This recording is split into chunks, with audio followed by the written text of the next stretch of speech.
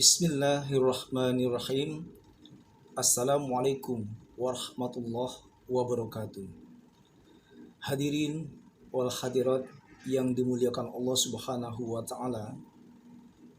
Berjumpa kembali dengan kami Dr. Yulian Azhari, SOSI SHMH. Marilah kita setiap saat, setiap detik nafas kita selalu bermunajat dan memohon kemudahan, bermohon semata-mata kepada Allah Subhanahu wa taala dan selalu berzikir kepada Allah. Karena orang-orang yang banyak mengucapkan asma Allah, berzikir kepada Allah di setiap nafas, di setiap waktu, maka dia akan termasuk ahlinya surga.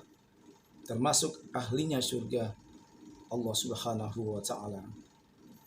Hadirin yang berbahagia, kita selalu memperhatikan perkembangan bagaimana kehidupan sahabat kita yang sedang diuji oleh Allah, yaitu Mas Baim dan Mbak Paula beserta kedua anaknya Kenzo dan Kiano, yang mana pada saat ini sedang mengalami atau melaksanakan proses persidangan di pengadilan.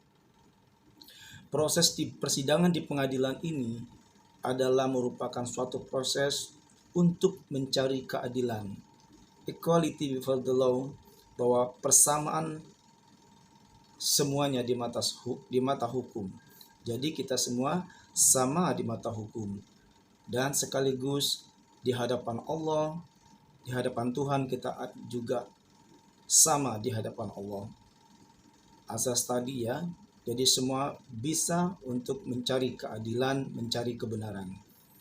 Itulah namanya hak azazi kita, hak azazi manusia yang sangat dihormati dari lahirnya manusia ke muka bumi ini. Semua hakikat martabat yang harus dihormati. Namun dari itu, alangkah bagusnya sebaiknya Mas Baim di dalam melaksanakan persidangan memberikan keterangan yang sangat akurat, memberikan motivasi kepada Mbak Paula juga dan kedua anaknya. Jadi ini akan lebih bagus kalau kita memberikan keterangan yang masuk akal, keterangan-keterangan yang benar-benar benar di hadapan Allah Subhanahu wa taala. Harapannya adalah tidak ada kita semua sahabat kita tidak mendoakan terjadi perceraian, karena perceraian itu termasuk perbuatan yang dibenci oleh Allah Subhanahu wa taala. Kalau masih bisa dipertahankan, why not? Karena banyak yang difikirkan, yaitu terutama kedua putranya, Kiano dan Kenzo. Tidak ada manusia yang sempurna, karena sempurna itu adalah miliknya Allah. Hanya satu, hanya Allah Subhanahu wa taala yang sempurna. Dan yang tidak pernah berbuat dosa yaitu malaikat. Manusia itu adalah tempat khilaf dan tempat berdosa. Manusia itu tempat berbuat lalai.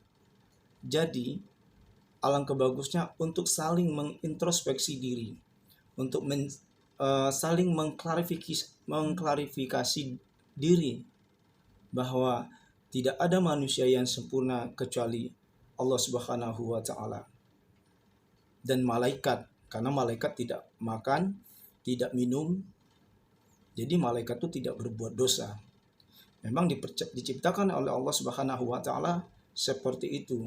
Manusia adalah tempat lalai dan tempat lupa. Namun dalam proses persidangan ini, di dalam proses persidangan cerai ini, sekali lagi kita selalu ingatkan, berikanlah keterangan yang akurat. Jangan sekali-kali kita memberikan keterangan yang menimbulkan kegaduhan. Dan di dalam persidangan itu juga akan menambah wawasan kita semua. Tidak boleh peserta persidangan membuat kegaduhan.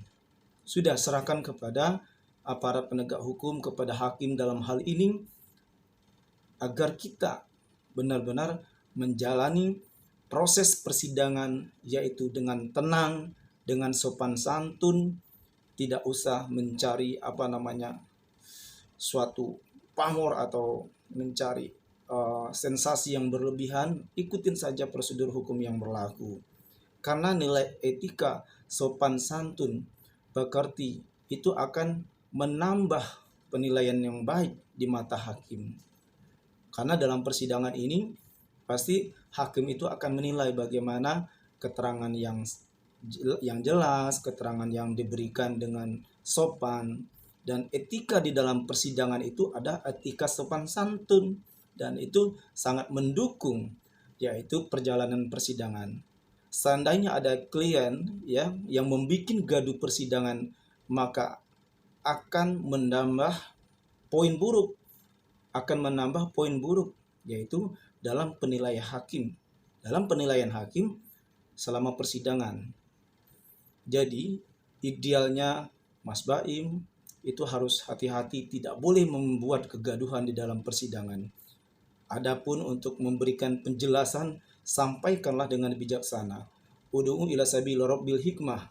Dalam surat An-Nahl Allah telah berfirman, sampaikanlah semua dengan secara bijaksana, dengan cara damai. Jadi tidak ada kata-kata untuk memicu konflik.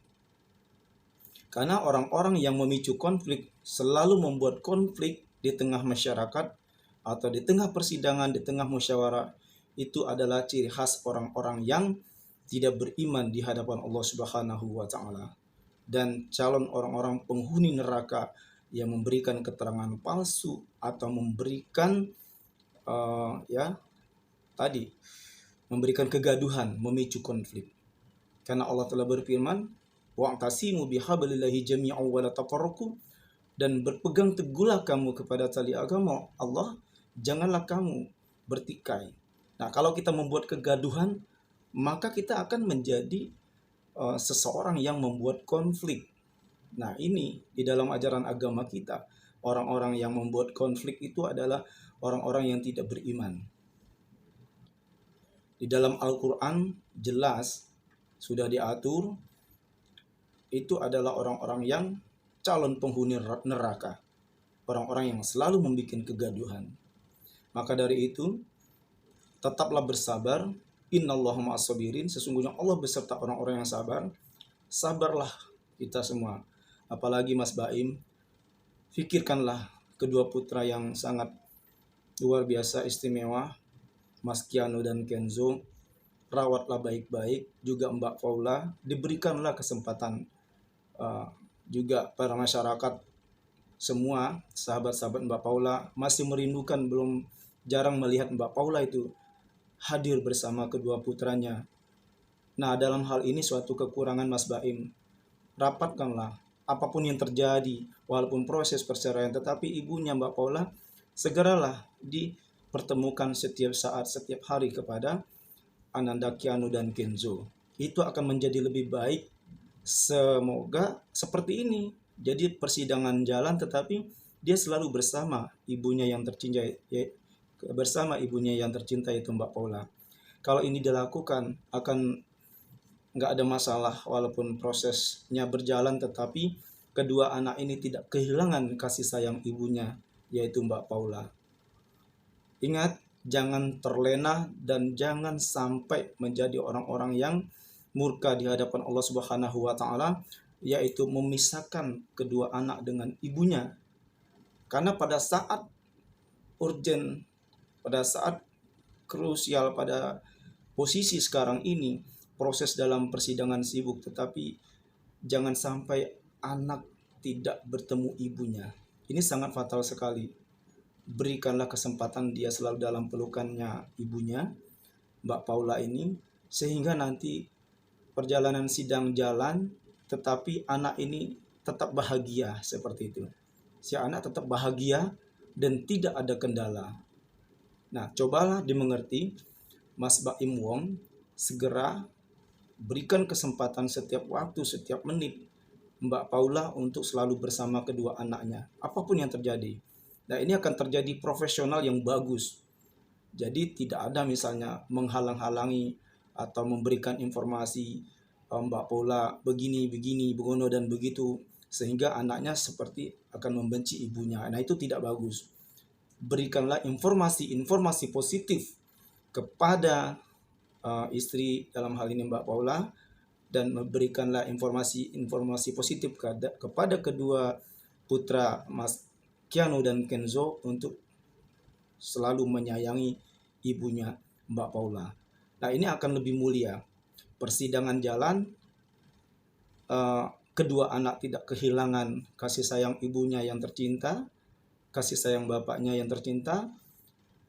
Jadi seolah-olah tidak ada masalah. Ini akan lebih bagus dan akan lebih mulia di hadapan Allah Subhanahu wa taala, dan dapat dijadikan education kita semua berjalan lillahi taala, istiqomah, bersabar, dan orang selalu berserah diri kepada Allah Subhanahu wa taala akan mendapat ganjaran dari Allah, yaitu surga seluas langit dan bumi.